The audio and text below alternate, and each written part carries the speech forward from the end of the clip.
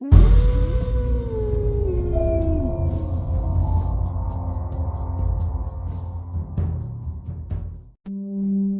कथा के लेखक हैं धीरज कुमार सालुंके।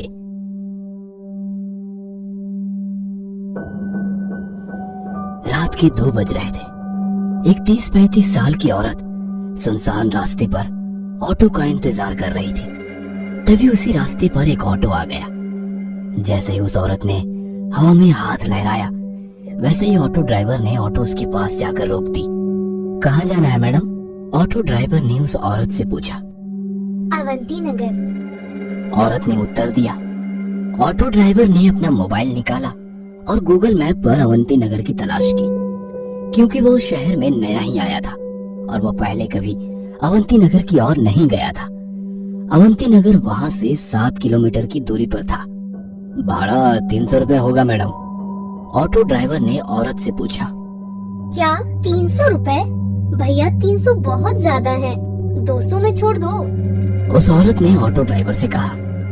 ऑटो ड्राइवर ने उस औरत को सिर से पैर तक देखा और कुछ देर सोचकर वो बोला, बैठिए, छोड़ देता हूँ। वो औरत ऑटो में बैठ गई और ऑटो अवंती नगर की तरफ निकल पड़ा।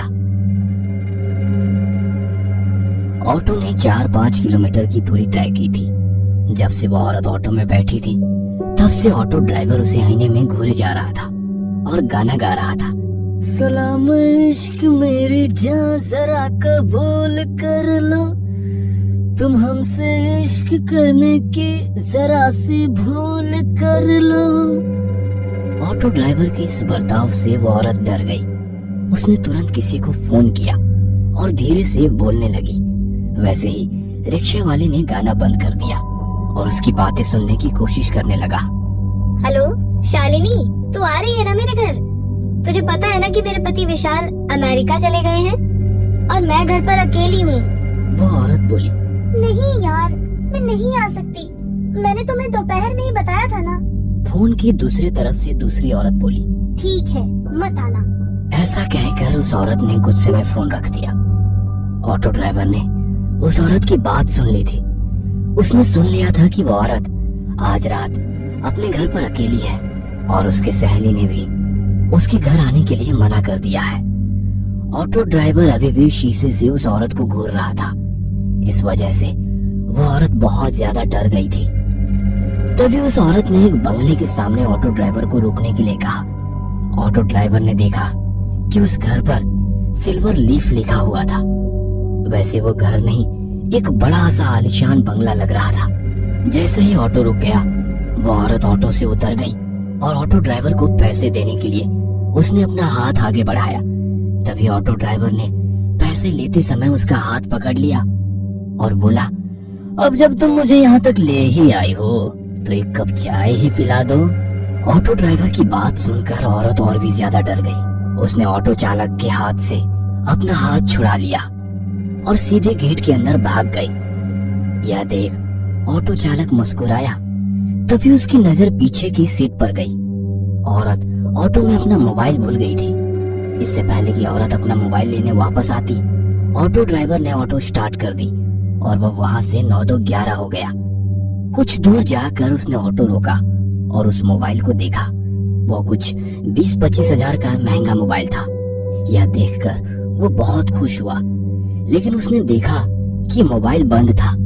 लेकिन अब कुछ समय पहले ही तो वो औरत मोबाइल पे किसी से बात कर रही थी, तभी तो मोबाइल चालू था।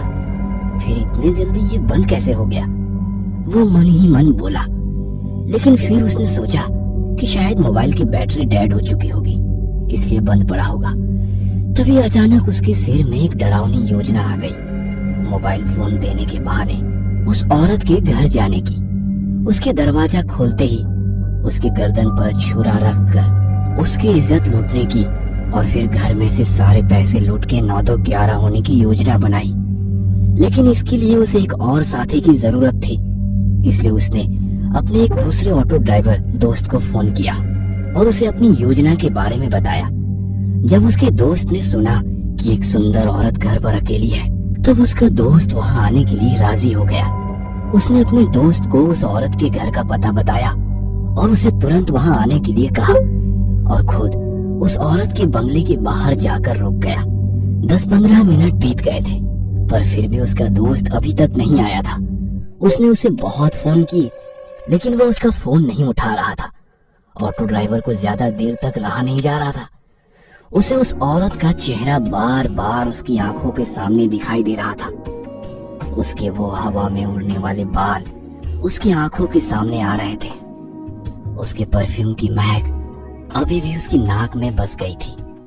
तो उसने अपने दोस्त को मैसेज किया, मैं अंदर जा रहा हूँ, तुम्हारे लिए दरवाजा खुला रखूंगा, जल्दी आ जाना। जैसे ही उसने मैसेज किया, वैसे उसने सीट के नीचे छुपाया हुआ चाकू निकाला और एक हाथ में चाकू और दूसरे हाथ में मोबाइल लेकर वो गेट खोलकर अंदर चला गया। उसने डोरबेल बजाई, लेकिन अंदर से कोई भी जवाब नहीं आया। उसने 3-4 बार डोरबेल बजाई, लेकिन फिर भी अंदर से कोई जवाब नहीं आया। उसने सोचा कि शायद वो औरत अब सो गई होगी। उसे लगा कि उसकी योजना विफल हो गई और गुस्से में आकर उसने दरवाजे पर अपना हाथ मारा। तभी घर का दरवाजा खुल गया। उसने उस औरत का मोबाइल अपनी जेब में रखा और दाहिने हाथ में चाकू लेकर घर में घुस गया। उसने घर का दरवाजा बंद कर दिया और इधर उधर देखने लगा। वो एक बड़ा सा हॉल था। उस फ्लोर पर कोई बेडरूम उसे दिखाई नहीं दी, इसीलिए वो सीढ़ियां चढ़कर दूसरे फ्लोर पर गया। वहां उसने देखा कि एक बेडरूम का दरवाजा खुला हुआ है और उस कमरे में रोशनी चालू थी। ऑटो ड्राइवर चुपके से दबे पांव उस कमरे में जा पहुंचा। अंदर कोई भी नहीं था। तभी उसे बाथरूम में से पानी गिरने की आवाज सुनाई दी। अच्छा, तो वह औरत बाथरूम में है, इसलिए उसे डोरबेल की आवाज सुनाई नहीं दी और इसीलिए उसने दरवाजा नहीं खोला। वो मन ही मन बोला और जल्दी से बाथरूम के दरवाजे के बाहर जाके खड़ा हो गया, क्योंकि उसने सोचा कि जब वो औरत बाथरूम से बाहर आएगी तो वो तुरंत उसके गले पर चाकू रख देगा और फिर बड़ी आसानी से उसकी इज्जत लूट लेगा। तभी अंदर से दरवाजे की कुंडी खुलने की आवाज आई। ऑटो ड्राइवर हाथ में चाकू पकड़कर सतर्क हो गया, क्योंकि वो औरत अब बाहर आने वाली थी। लेकिन 2 मिनट बीते, 4 मिनट बीती, पर वो औरत अभी तक बाथरूम से बाहर नहीं आई थी। आखिरकार ऑटो ड्राइवर ने बाथरूम के दरवाजे को अंदर धकेल दिया। जैसे ही उसने दरवाजा अंदर धकेला, वैसे ही उसकी नाक में सड़े हुए मांस की बदबू घुस गई। उसने अपने बाएं हाथ से अपनी नाक बंद कर ली और बाहर से बाथरूम में झांक कर देखा और सामने का नजारा देख उसके पैरों तले जमीन खिसक गई। डर के मारे वो थर थर कांपने लगा, क्योंकि बाथरूम के बाथटब में 8-10 लाशों का एक ढेर था। वो डर के मारे पीछे हटने ही वाला था कि तभी उस औरत ने पीछे से आकर ऑटो ड्राइवर की कमर में लात मारी और वो बाथरूम में जा गिरा। ऑटो ड्राइवर बाथरूम में गिरते ही उस औरत ने झट से बाथरूम का दरवाजा बंद कर दिया। जैसे ही ऑटो ड्राइवर ने उसकी दाईं तरफ देखा, वो पसीने से तरबतर हो गया और उसने उठकर दरवाजा खोलने की कोशिश की, लेकिन दरवाजा नहीं खुला, क्योंकि उस औरत ने बाहर से दरवाजा बंद कर दिया था। उसे पता चल चुका था कि उस औरत ने जानबूझकर उसे बाथरूम में बंद कर दिया है। ऑटो ड्राइवर दरवाजा पीट पीट कर जोर जोर से चिल्लाने लगा, मैडम दरवाजा खोलो, मैडम मैं आपके पैर पकड़ता हूँ, मुझे यहाँ से बाहर निकालो, मुझसे गलती हो गई मैडम, मुझे माफ कर दो मैडम। वो भीख मांग रहा था, लेकिन बाथरूम के बाहर से कोई जवाब नहीं आया। बाथरूम के बाहर सन्नाटा फैल गया।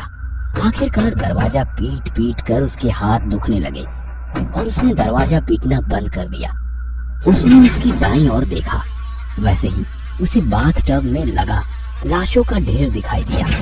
8-10 लाशें एक के ऊपर एक रखी हुई थी और हैरानी की बात तो यह थी कि उन सभी लाशों के ऊपर ऑटो ड्राइवर की यूनिफॉर्म थी। इसका मतलब ये था कि वे सभी लाशें ऑटो ड्राइवर की थी। उसने अपने कपड़ों को देखा तो उसने भी वैसे ही यूनिफॉर्म पहन रखी थी। बाथटब के बगल में मोबाइलों का ढेर पड़ा हुआ था। ऑटो ड्राइवर ने उसकी जेब से मोबाइल निकाला और वो फिर एक बार चौंक गया, क्योंकि बिल्कुल वैसे ही मोबाइल का ढेर था।